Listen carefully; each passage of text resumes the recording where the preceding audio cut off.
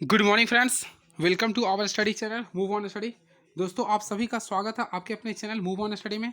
आज मैं आप लोगों के लिए बीएड सेमेस्टर टू के लिए पेपर नंबर 5 जो कि काफ़ी महत्वपूर्ण है, यानी फ्रेंड्स आप लोग के लिए टीचिंग एंड लर्निंग पेपर लेके आया हूँ, जो कि काफ़ी इंपॉर्टेंस होता है। ये प्रीवियस ईयर बेस्ड है। तो फ्रेंड्स, मैं पूरे ऑपरेशन के साथ ही क्लास को स्टार्ट कर रहा हूँ। तो सबसे पहले स्टार्ट करते हैं ग्रुप ए से, जो कि ऑप्शनल होंगे और वे ऑब्जेक्टिव। तो फ्रेंड्स स्टार्ट नाउ। सबसे पहले क्वेश्चन फ्रेंड्स देख लीजिए, आप लोग क्या लिख रहे हैं। मनोविज्ञान है, यानी friends psychology is science of. सबसे पहले मैं आप लोग को बताता हूँ, मनोविज्ञान व्यक्ति के व्यवहारों का अध्ययन को बोलते हैं मनोविज्ञान। यानी फ्रेंड्स मनोविज्ञान जो होता है ना, व्यक्ति के व्यवहारों का अध्ययन को हम लोग क्या बोलते हैं, मनोविज्ञान। व्यक्ति के व्यवहारों का, क्लियर है।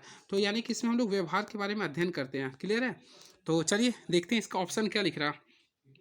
मानव बीइंग, यानी मानव का, पशु व्यवहार का।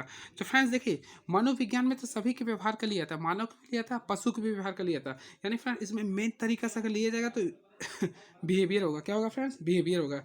यानी कि मनोविज्ञान जो होता है, यानी फ्रेंड्स मानव विज्ञान जो होता है ना, मानव के व्यवहारों का अध्ययन होता है, क्लियर है। उसके साथ साथ देखिए, एक होता है फ्रेंड्स शिक्षा विज्ञान, शिक्षा मनोविज्ञान। फ्रेंड्स ये भी आप लोग ध्यान रखिए, एक होता है शिक्षा मनोविज्ञान। तो शिक्षा मनोविज्ञान के बारे में हमेशा एक ध्यान रखिएगा, शिक्षा मनोविज्ञान जो होता है वह मानव व्यवहार होता है। शिक्षा मनोविज्ञान जो होता है वह केवल मानव व्यवहार होता है। लेकिन अगर मनोविज्ञान बोले तो मानव हो गया या फिर पशु व्यवहार हो गया, सभी को जोड़ देंगे, क्लियर है। इसे ध्यान रखिएगा। अगर क्वेश्चन आता है शिक्षा मनोविज्ञान का केंद्र क्या होता है, तो शिक्षा मनोविज्ञान का जो केंद्र होता है वह मानव व्यवहार होता है, क्लियर है। और मनोविज्ञान किसे कहते हैं, व्यक्ति के व्यवहारों के अध्ययन को मनोविज्ञान कहते हैं, क्लियर है। इसके बारे में बहुत सारे वैज्ञानिक ने अपने अपने वर्ड्स बोले हैं, ठीक है। तो चलिए नेक्स्ट क्वेश्चन की ओर मैं चलता हूँ। Creativity is the counter parts of, यानी फ्रेंड्स यहाँ पे बोला सृजनात्मकता क्या है। सबसे पहले आप लोगों को मैं यहाँ पे ये बताना चाहता हूँ सृजनात्मकता होता क्या है। देखिए ध्यान करिए, चिंतन करने का तरीका।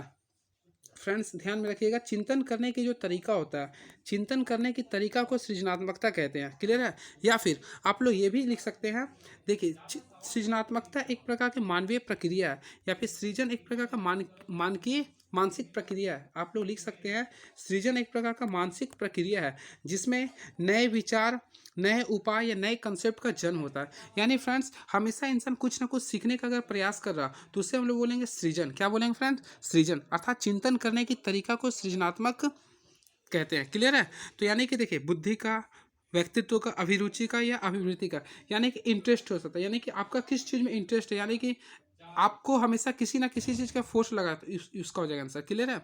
तो आप लोगों को समझ में आ गया होगा सृजनात्मकता क्या होता है। फ्रेंड्स इसके बारे में एक और कंसेप्ट बताता हूँ सृजनात्मकता के बारे में। देखिए सृजनात्मक की जो प्रकृति वह अर्जित जन्मजात होती है, यानी फ्रेंड्स इसकी जो प्रकृति होती है वह जन्मजात होती है, जन्मजात होती है। उसके साथ साथ देखिए इसमें दो कंसेप्ट ध्यान रखिएगा।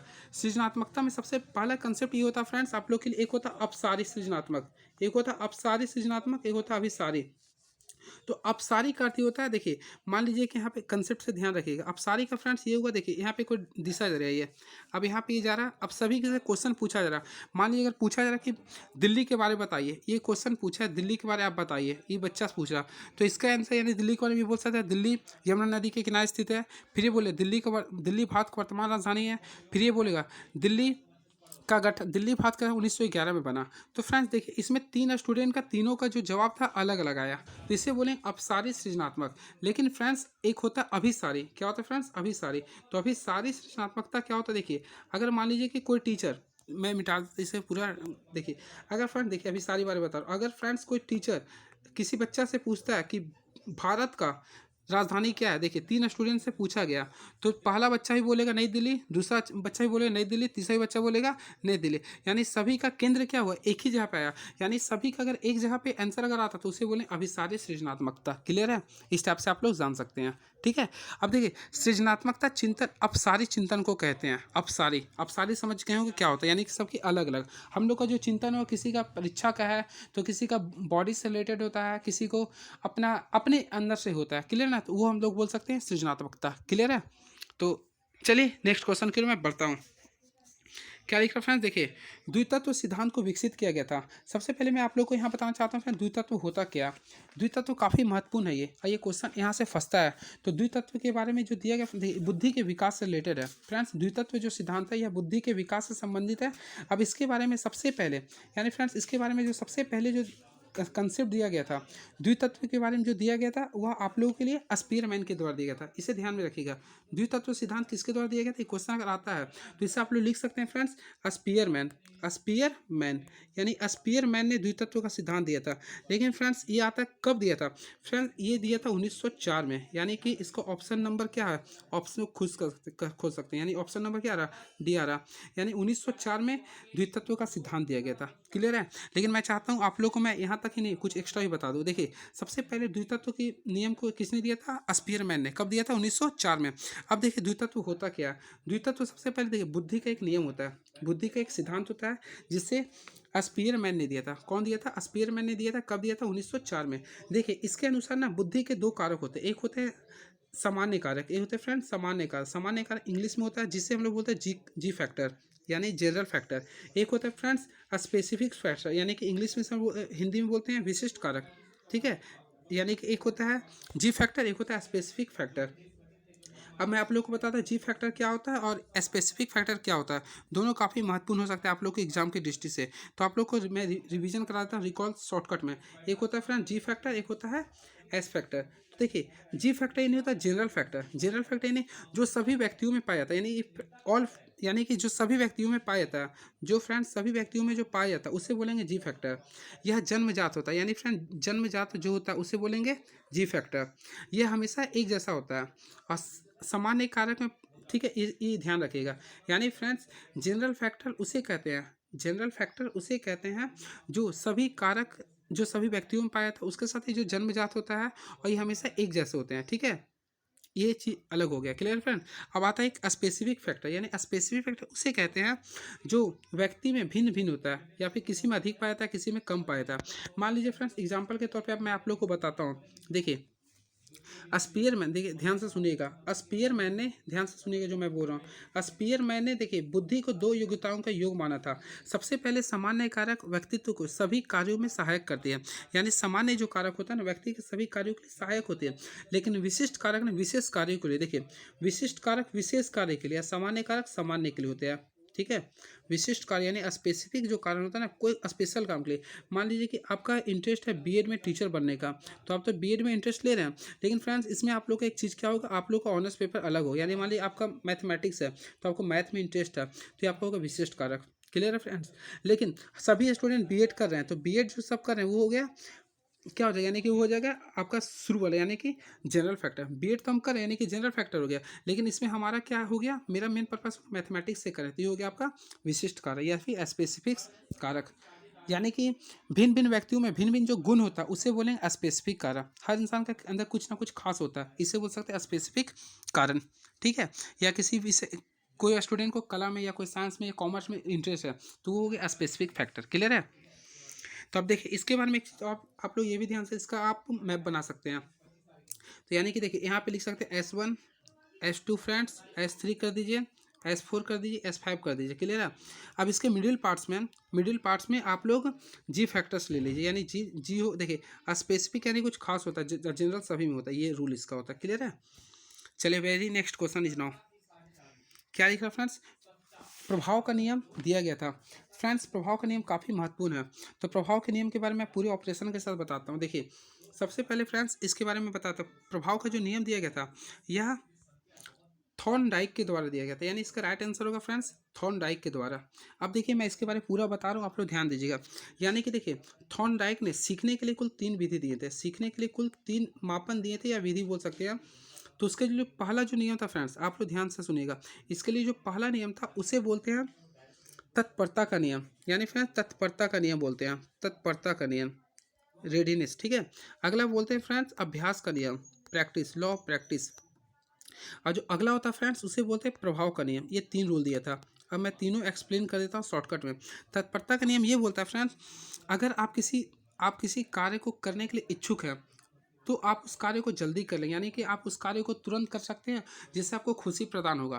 ठीक है। लेकिन फ्रेंड्स अगर आप किसी कार्य को नहीं करना चाहते हैं और वो काम को ज़बरदस्ती करा दे रहा है तो आपको अपने खेत पहुँच महसूस होगा, यानी उसके लिए आपको अपने आप में खराब फील होगा, तो उसको बोलते हैं तत्परता का नियम। यानी आप किसी कार्य को अगर अच्छा से करना चाहते हैं तो उसे संतोष प्राप्त होगा, यानी आपको खुशी संतोष से प्राप्त होगा, तो उसे बोलते हैं तत्परता का नियम। लेकिन अगर किसी कार्य को आप नहीं करना चाहते, आपको जबरदस्ती ढाला जा रहा, तो उसके लिए आपका रिजल्ट क्या होगा, अपने आप में खेद महसूस होगा, तो उसे बोलेंगे तत्परता का नियम। क्लियर है? अब देखिए इसी में आता है फ्रेंड्स अभ्यास का नियम। तो अभ्यास का नियम तो हम लोग बचपन से जाते हैं। देखिए practice makes perfect, practice makes perfect. देखिए अभ्यास का नियम बता रहे हैं। अभ्यास का नियम भी आपका किसके द्वारा दिया गया था? थर्नडाइट के द्वारा। इसमें बोलता है फ्रेंड्स प्रैक्टिस मेक्स परफेक्ट। जैसे कि मान लीजिए, देखिए हम लोग इंडियन क्रिकेट टीम में अभी जो वर्तमान समय विराट कोहली है, विराट कोहली आज भारत के सबसे खास खिलाड़ी के रूप में जाने जाते हैं। क्यों? क्योंकि उनका प्रैक्टिस ही उनको मेन बनाया, प्रैक्टिस ही उसको भारतीय टीम के लिए अच्छे खिलाड़ी बनाया। ठीक है, तो प्रैक्टिस ही इंसान किसी को आगे बढ़ाता है। तो उसी प्रकार शिक्षण में अभ्यास का नियम ये बोलता है, शिक्षक को हमेशा अभ्यास यानी पुराने टॉपिक को हमेशा यानी पुराने टॉपिक को लेकर हमेशा क्लास में उसको पढ़ाना चाहिए, जिसे बोलते हैं अभ्यास का नियम। और ये अभ्यास के नियम से स्टूडेंट्स और शिक्षक भी घनिष्ठ संबंध होता है, उससे वो आगे बढ़ता है। क्लियर है? अब लास्ट आते हैं फ्रेंड्स प्रभाव का नियम। तो प्रभाव का नियम तो मेनली था इसके किसके द्वारा दिया? थॉर्नडाइक के द्वारा। प्रभाव का नियम ये बोलता है फ्रेंड्स, किसी भी चीज़ का प्रभाव, देखिए किसी कार्य को करने में, किसी कार्य को करने में व्यक्ति में जो प्रभाव प्राप्त होता है वह दो प्राप्त होता है। अगर उस चीज़ को अगर जल्दी सीख रहा है तो वह पॉजिटिव होगा। अगर कोई चीज़ को जल्दी सीख रहा है तो उसमें पॉजिटिव प्राप्त होगा, फिर वह चाहेगा उस कार्य को हम करें। ठीक है फ्रेंड्स, उसको फिर चाहेगा वो कार्य करे। लेकिन किसी चीज़ को वह करने पर उसको नेगेटिव प्राप्त होता है तो वो नहीं चाहेगा हम इसको कार्य करें। तो ये होता है, इस प्रकार आप लोग कह सकते हैं। क्लियर है? पॉजिटिव करने में फ्रेंड्स उससे इंसान जल्दी करता है, इसके कारण उसको पुरस्कार मिलता है। लेकिन जल्दी नहीं करने के कारण उसको अपने आप में दंड फील होता है, जिससे वह छोड़ देता है। तो ये लिख सकते हैं हम लोग प्रभाव का नियम। क्लियर है? And very next question is, क्या लिख रहा है फ्रेंड? देखिए अधिगम एक व्यवहार है जो आता है। फ्रेंड सबसे पहले अधिगम के बारे में आप लोग को बताते हैं। देखिए अधिगम जो होता है, अधिगम एक अस्थाई परिवर्तन है जो आपका तीन चीज़ से आता है। सबसे पहले याद रखिए अधिगम जो आता है फ्रेंड्स तीन चीज़ से आता है। एक पहला जो होता है, मैं लिख देता हूँ, अधिगम तीन चीज़ से आता है। उसमें पहला जो फैक्टर्स होता है, देखिए मैं लिख देता हूँ। पहला होता है फ्रेंड्स अभ्यास, अभ्यास आता है।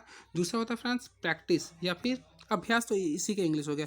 दूसरा लिख सकते हैं आप लोग प्रशिक्षण, प्रशिक्षण से आता है। ठीक है, और तीसरा जो आता है फ्रेंड्स वह व्यवहार से आता है, व्यवहार। यानी कि अभ्यास, प्रशिक्षण और व्यवहार तीनों के कॉम्बिनेशन से अधिगम आता है। क्लियर है? ये एक अस्थायी परिवर्तन है। तो इसे हम लोग बोल सकते हैं अधिगम को हम लोग बोलते हैं सीखना भी। तो अधिगम एक व्यवहार जो आता है, यानी फ्रेंड्स ऑप्शन के अकॉर्डिंग देख लिए, प्रैक्टिस से आता है। किससे आता है फ्रेंड्स? प्रैक्टिस से आता है। इसे आप लोग लिख सकते हैं। अगर क्वेश्चन आता है, ठीक है, आगे मैं बताऊंगा।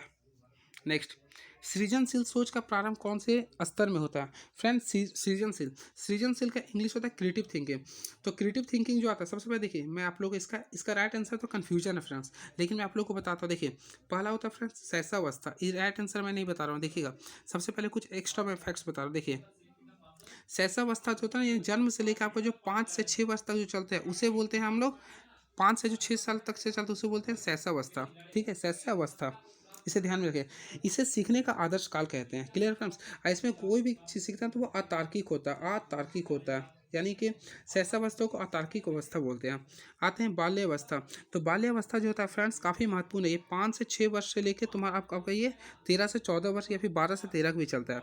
इसमें संवेगों को कंट्रोल करना सीखता है, यानी सोच को अपना कुछ ना कुछ कंट्रोल करना सीखता है। ठीक है, अब आता है एडोलेंस। तो एडोलेंस फ्रेंड्स 13 से लेकर 18-19 तक चलता है। ठीक है, अब इसमें जो है ना क्रिएटिविटी का उत्पन्न होता है एडोलेंस में। ठीक है, और इसी से हम लोग हर चीज़ के बारे में अपना लाइफ में आगे बढ़ना चाहते हैं, तनाव महसूस करते हैं। तो सृजनशील सोच ऑप्शन के अकॉर्डिंग देखा जाए तो किशोरावस्था से ही होना चाहिए।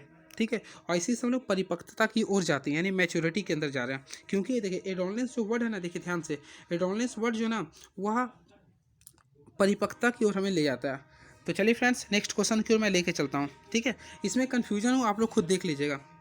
अब पौरावस्था क्या? एडल्टहुड, यानी जो जिस काल में भी हम लोग हैं, यानी कि 19 से प्लस वाले जो होता है ना उसको बोलते हैं एडल्टहुड। नेक्स्ट, भावनात्मक, क्या लिखा है? भावात्मक बुद्धि के अंतर्गत किसे उसका घटक नहीं माना जाएगा? फ्रेंड्स भावात्मक, भावात्मक के अंतर्गत किसको नहीं माना जाएगा? देखिए आत्म प्रबंधन होता है, आत्म विश्लेषण भी होता है, प्रेरणा भी होता है, प्राणानुभूति नहीं होगा। ठीक है, and very next question is now, व्यक्तित्व परिणाम है किसका? तो फ्रेंड्स व्यक्तित्व जो होता है ना, देखिए व्यक्तित्व के बारे में बताता हूँ। पर्सनालिटी क्या होता है फ्रेंड्स? देखिए पर्सनालिटी होता क्या है? देखिए व्यक्तित्व दो शब्द से मिलकर बना हुआ है। देखिए यहाँ पे मैं टोल के पूरा बता रहा हूँ ताकि आप लोगों को कन्फ्यूजन जरा सा भी ना हो। व्यक्तित्व दो शब्द से मिला बना है। एक तो होता है फ्रेंड्स व्यक्ति, क्या होता है फ्रेंड्स, एक व्यक्ति और एक बना हुआ तत्व, व्यक्ति और तत्व से। तो फ्रेंड्स इसमें नेगेटिव और पॉजिटिव दोनों थिंग्स आते हैं, एक होता है नेगेटिव, एक होता है पॉजिटिव। तो यानी कि देखिए तत्व में आपका नेगेटिव और पॉजिटिव दोनों आते हैं, जिसे हम लोग बोलते हैं व्यक्तित्व। क्लियर है?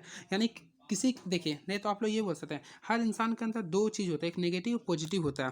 पहले यानी कि आधुनिक काल, यानी कि पहले पहले जो किसी व्यक्ति का जो व्यक्तित्व का जो पहचान करते थे ना, वह बाहर के अनुसार करते थे, बाहर के अनुसार करते थे।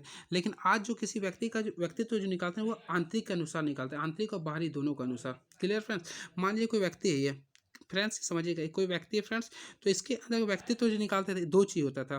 पहला होता था अंतः अंतः व्यक्तित्व। अंतः व्यक्तित्व के अंदर जो व्यक्ति के अंदर खुद किसी चीज़ का निर्माण करे, जैसे कि बुद्धि हो गया, परिपक्वता हो गया, ऑनेस्टी हो गया, ये सब हो गया अंतः। लेकिन फ्रेंड्स एक होता है अंतर, अंतर व्यक्तित्व। अगर दो व्यक्ति के बीच हम किसी चीज़ के लिए कन्फ्यूज यदि तुलना कर रहे हैं तो उसे बोलते हैं अंतर व्यक्तित्व। ठीक है फ्रेंड्स? तो परिणाम है, तो ये देखिए ये दोनों हो जाएगा, यानी कि वंशानुक्रम और वातावरण दोनों का हो सकता है ये, यानी कि ऑप्शन नंबर क्या होगा फ्रेंड्स, वंशानुक्रम एवं वातावरण। तो व्यक्तित्व जो होता है फ्रेंड्स आपका ये दोनों चीज़ का होता है, इसमें नकारात्मक और सकारात्मक दोनों पल होता है। Clear friends? अगर क्वेश्चन आता है व्यक्तित्व शब्द का इंग्लिश क्या होता है, तो पर्सनैलिटी होता है। अब याद रखिए एक चीज़ मैं आप लोग को बताता हूँ, पर्सनैलिटी शब्द जो होता है ना, वह पर्सनैलिटी शब्द जो है ना पर्सोना वर्ड से मिलकर बना है, यानी PERS पर्सोना वर्ड से मिलकर बना है, जिसका अर्थ होता है मुखौटा। यानी फ्रेंड्स पहले काल में फ्रांस के वैज्ञानिक ने बोला था कि पहले काल में क्या होता था ना, इंसान मुखौटा बनकर किसी चीज़ को प्रदर्शन करते थे, वही मुखौटा के अनुसार हम लोग सोचते थे कि मुखौटा वाले लोग अलग है, यानी कि बाहर के अनुसार ही हम लोग उसको देख कर व्यक्तित्व की पहचान करते थे, जो कि गलत है। Clear friends? तो चलिए, यानी इसका राइट आंसर होगा वंशानुकरण और वातावरण। एंड नेक्स्ट क्वेश्चन, निम्नलिखित में कौन सा बुद्धि का सम प्रत्यय है? फ्रेंड्स सबसे पहले मैं आप लोग को ये बताना चाहता हूँ सम प्रत्यय होता क्या है। देखिए सम प्रत्यय, सम प्रत्यय का अर्थ क्या होता है आप लोग खुद कमेंट बॉक्स में इसे लिखिएगा। क्लियर है? सम प्रत्यय के बारे में आप लोग यहाँ खुद लिखिएगा होता क्या है। ठीक है? अब देखिए क्या बोल रहा फ्रेंड्स, निम्नलिखित में कौन सा बुद्धि का संप्रत्यय, शैक्षिक बुद्धि, भावात्मक बुद्धि, आध्यात्मिक बुद्धि या संख्यात्मक बुद्धि। संप्रत्यय के बारे में मैं आप लोग को बता देता हूँ, जो मनुष्य किसी चीज़ को महसूस करता है, किसी चित्र की महसूस करता है, जैसे कि देखिए इसमें दो चीज़ होता है, एक होता है गामक शक्ति, एक होता है फ्रेंड्स गामक शक्ति। गामक शक्ति का अर्थ होता है फ्रेंड्स, अगर कोई वस्तु किसी वस्तु को, कोई मनुष्य किसी वस्तु को छू कर महसूस करता है तो उसे बोलते हैं गामक शक्ति। उसी प्रकार संप्रत्यय ये होता है ना, किसी चीज़ को चित्र के अनुसार भाव स्पष्ट करता है, उसे बोलते हैं संप्रत्यय शक्ति। तो यानी कि ये जो है भावात्मक बुद्धि होगा। क्या होगा फ्रेंड्स? भावात्मक बुद्धि। कैसे होगा समझ में आ रहा ना? संप्रत्यय या नहीं होता फ्रेंड्स आप लोगों को किसी चीज़ को महसूस करना। क्लियर है? And very next question is now, शिक्षा मनोविज्ञान के संबंध को निम्नलिखित में से किस आधार पर सर्वोत्तम ढंग से समझा जा सकता है?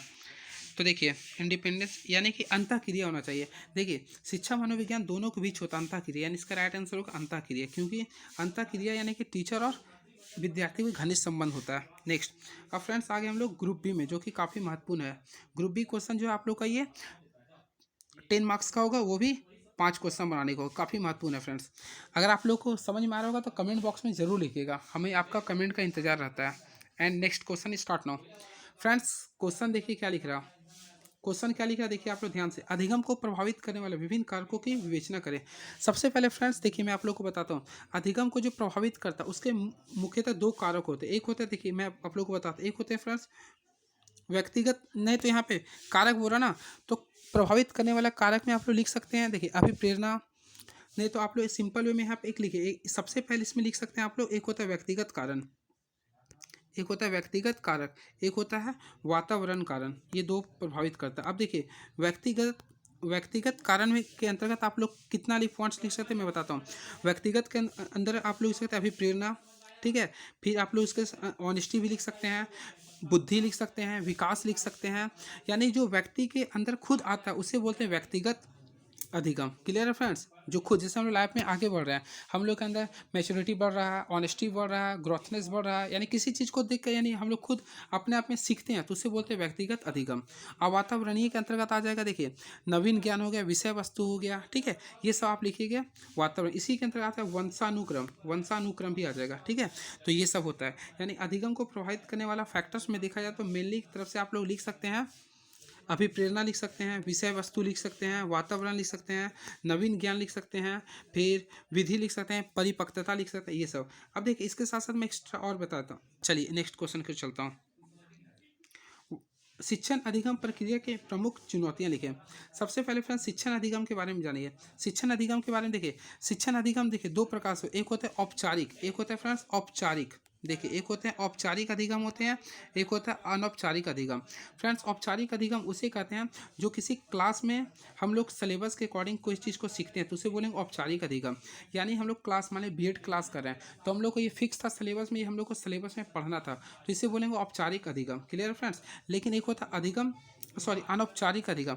अधिगम अनौपचारिक अधिगम के मुख्यतः तीन रूप होते हैं।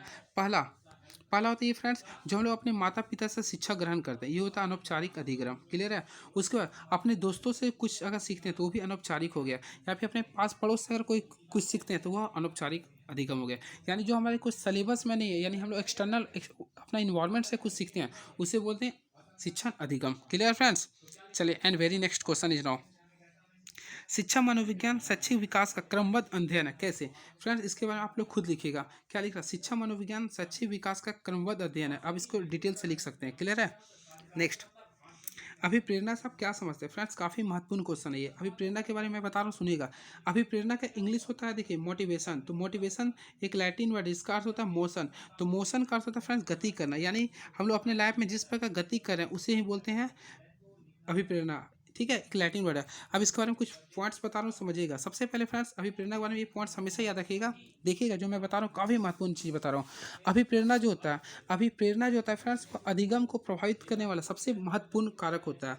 नहीं तो आप लोग इसके बारे में ये इसका डिफिनेशन आप लोग ये लिख सकते हैं, लक्ष्य प्राप्ति के लिए, यानी फ्रेंड्स आप लोग लिख सकते हैं लक्ष्य प्राप्ति के लिए आंतरिक बल का उत्पन्न होना, लक्ष्य प्राप्ति के लिए आंतरिक बल का उत्पन्न होना अभिप्रेरणा कहलाता है। Clear friends. या फिर लक्ष्य की ओर जाना, लक्ष्य की ओर जाना अधिगम है, लक्ष्य की ओर जाना अभिप्रेरणा है। अब देखिए इसमें दो चीज़ पॉइंट्स आता है, ध्यान से सुनिएगा। अभिप्रेरणा तो आप लोगों को मैं समझा दिया। अभिप्रेरणा एक प्रकार का आंतरिक बल है जो हमें लक्ष्य की ओर ले आता है। अब देखिए सीखना एक अधिगम है, ध्यान से रखिएगा, सुनिएगा। सीखना एक क्या है, अधिगम है। लेकिन सीखने के लिए आप में जो जोश और जुनून सवार है, यानी कि देखिए अभी आप लोग क्या करें, यूट्यूब से हमारे वीडियो देख रहे हैं, सीख तो रहे हैं, तो सीखना आपको हो गया, ये क्या हो गया, सीखना हो गया, एक अधिगम हो गया। लेकिन आपको अंतर्गत जोश जुनून सवार है कि हम लोग कुछ सीखना है एक्स्ट्रा है, तो ये जोश जुनून हो गया ना आपके अंदर, वो अभी प्रेरणा है। Clear friends. यानी अभी आप पढ़ाई करें, आपको माता या पिता कोई काम के लिए बोलेगा ना तो आप नहीं कीजिए, बोलेगा नहीं हम बाद में करेंगे, तो आपका जोश जुनून जो आ रहा है अभी प्रेरणा कहलाएगा। क्लियर है।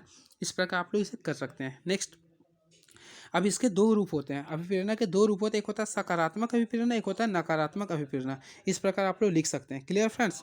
And very next question is now, देखिए रचनात्मकता तथा बुद्धि के बीच संबंध का करें। देखिए सबसे पहले बुद्धि के बारे में आप लोग को बताता हूँ। देखिए बुद्धि, बुद्धि क्या होता है फ्रेंड्स, बुद्धि के बारे में आप लोग को पॉइंट्स लिखना है। तो बुद्धि काफ़ी बड़ा फैक्टर्स होते हैं। तो बुद्धि सीखने की क्षमता होती है। देखिए बुद्धि क्या होता है, आप लोग लिख सकते हैं सीखने की क्षमता को हम लोग बुद्धि कहते हैं।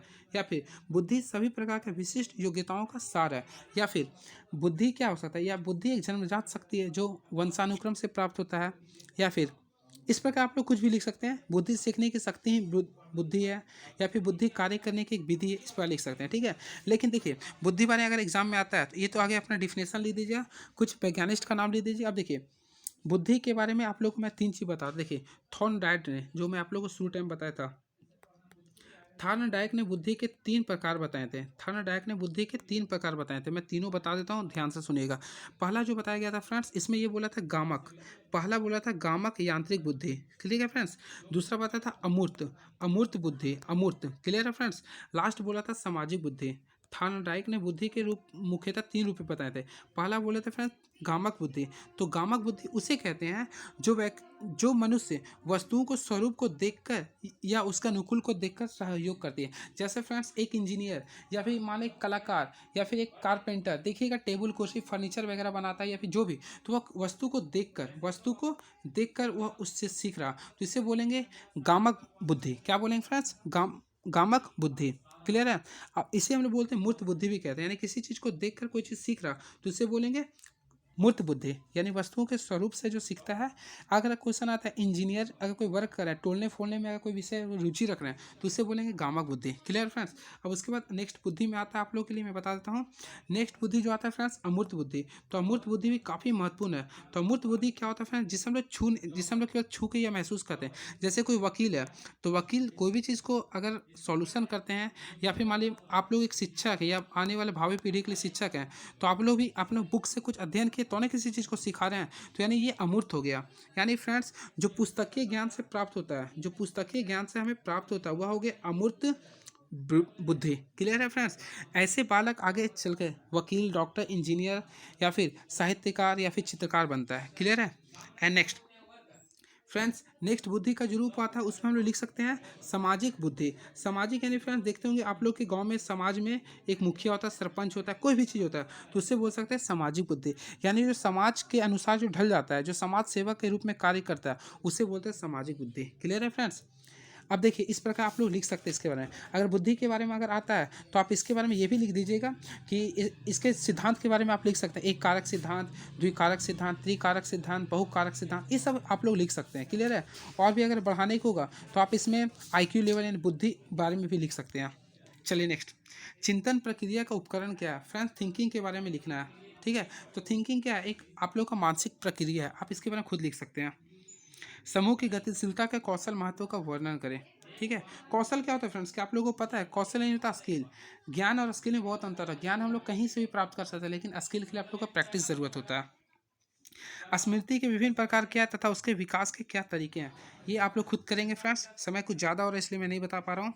देखिए ग्रुप सी के बारे में कुछ जो बता रहा हूँ काफ़ी महत्वपूर्ण है। तो ग्रुप सी देखिए दीर्घ वाले हैं। शिक्षा मनोविज्ञान को परिभाषित करें। फ्रेंड्स इसे आप लोग स्टडी कर लिए, क्वेश्चन फिक्स है ये। शिक्षा मनोविज्ञान को परिभाषित करें। क्लियर है।